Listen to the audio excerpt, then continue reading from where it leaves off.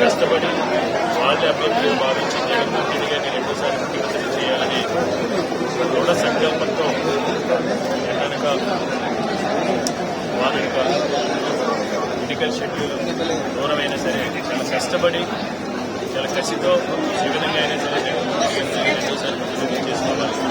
తద్వారా ఉత్తరాంధ్ర ప్రాంతాన్ని అన్ని రంగాలను కూడా అభివృద్ధి చేసుకోవాలి. విశాఖపట్నాన్ని పరిపాలన అర్థం చేసుకోవాలి. విశాఖపట్నంలో రెండోసారి జగన్మోహన్ రెడ్డి గారికి విశాఖతో నియోజకవర్గంలో వైఎస్ఆర్ కాంగ్రెస్ పార్టీకి సంబంధించిన అన్ని స్థాయిలో ఉన్న నాయకులు సీనియర్ నాయకులకి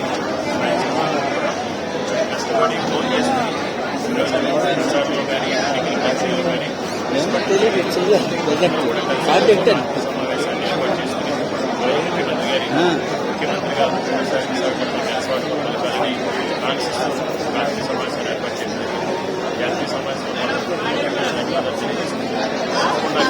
కృషి కార్యకర్తల కష్టం కార్యకర్తలు పడిన వారు చేసిన ప్రచారం వారు చేసిన కృషితో ఈరోజు భారీ మెజార్టీతో విశాఖపట్నం నియోజకవర్గంలో వైఎస్ఆర్ కాంగ్రెస్ పార్టీ జనతాగరిపోతాం. తప్పకుండా కూటమి అభ్యర్థిపై భారీ మెజార్టీతో 1,00,000 పైచీల కోట్లతో సాధించి విజయం సాధించుకుంటున్నాం.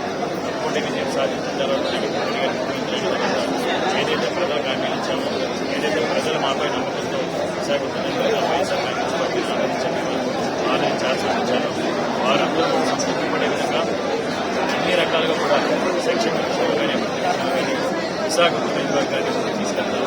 అదేవిధంగా ఈరోజు పార్టీ కోసం కూడా ప్రతి ఒక్కరికి మిత్రులకి శ్రేయభిలాషులకి వైఎస్ఆర్ కాంగ్రెస్ పార్టీ కుటుంబ సభ్యులకి అందరూ కూడా ఏ ఉత్సాహంతో జగన్మోహన్ రెడ్డి గారి ప్రమాణ స్వీకారం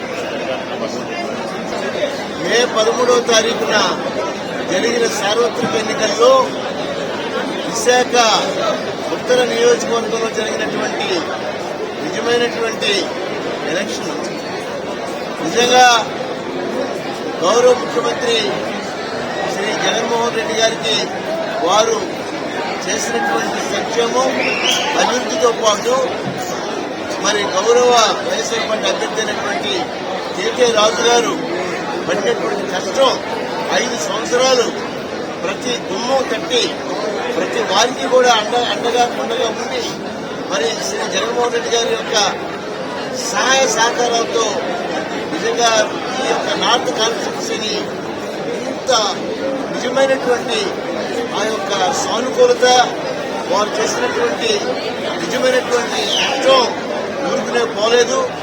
నేను ప్రత్యక్షంగా చూశాను.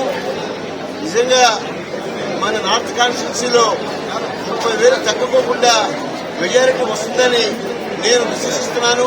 నేను ఒక విషయం మాత్రం నార్త్ కాన్స్టిట్యున్సీ నాయకులకి ప్రజల్ని నేను చెప్పాలి. నార్త్ కాన్స్టిట్యున్సీ ప్రజలు విశ్వసనీయతకి విశ్వాసానికి మారు పేరుగా నిజంగా రాజుగారు వెంటే ఉండి వారి కోసం శ్రమించినటువంటి తీరు నిజంగా రాష్ట్రంలో అభినందించవలసిన విషయం. నేను కూడా రాజకీయాల్లో 15-16 సంవత్సరాలు ఉన్నాను కానీ నార్త్ కాన్స్టిట్యున్సీలో ఉన్నటువంటి ఇంత విశ్వాసం, ఇంత విశ్వసనీయత, ఇంత మంచి నాయకులు, ఇంత మంచి కార్యకర్తలు మరి కేకే రాజు గారు వెంట ఉండి వారిని అఖండమైనటువంటి మెజారిటీ తీసుకొస్తున్నారు. నిజంగా వారికి ఆ భగవంతుడు ఐశ్వర్య ఆయురోగ్యంతో పాటు జగన్మోహన్ రెడ్డి గారు కూడా మరి తప్పనిసరిగా ముఖ్యమంత్రిగా విశాఖపట్నంలో తొందరలో ప్రమాణ స్వీకారం చేసే రోజు ఉందని దానికి తప్పనిసరిగా విశాఖపట్నంలో మేమందరం కూడా మరి విశాఖ రాజధానిలో మనం ఉండేటువంటి మహాభాగ్యం మనందరికీ కలుగుతుందని మన అభివృద్ధి సంక్షేమం పేద ప్రజల కోసం ఇంకా మరింత శ్రమపడి ఒక ప్రక్క ముఖ్యమంత్రి గారు ఒక ప్రక్క కేకే రాజు గారు మాలాంటి పార్లమెంట్ సభ్యులు మేమందరం కూడా కలిసికట్టుగా ఉండి పేద ప్రజల కోసం విశాఖ అభివృద్ధి కోసం ఈ యొక్క నార్త్ ఆంధ్ర అభివృద్ధి కోసం కష్టపడి పనిచేస్తామని మీ ద్వారా మరీ ప్రతి ఒక్కరికి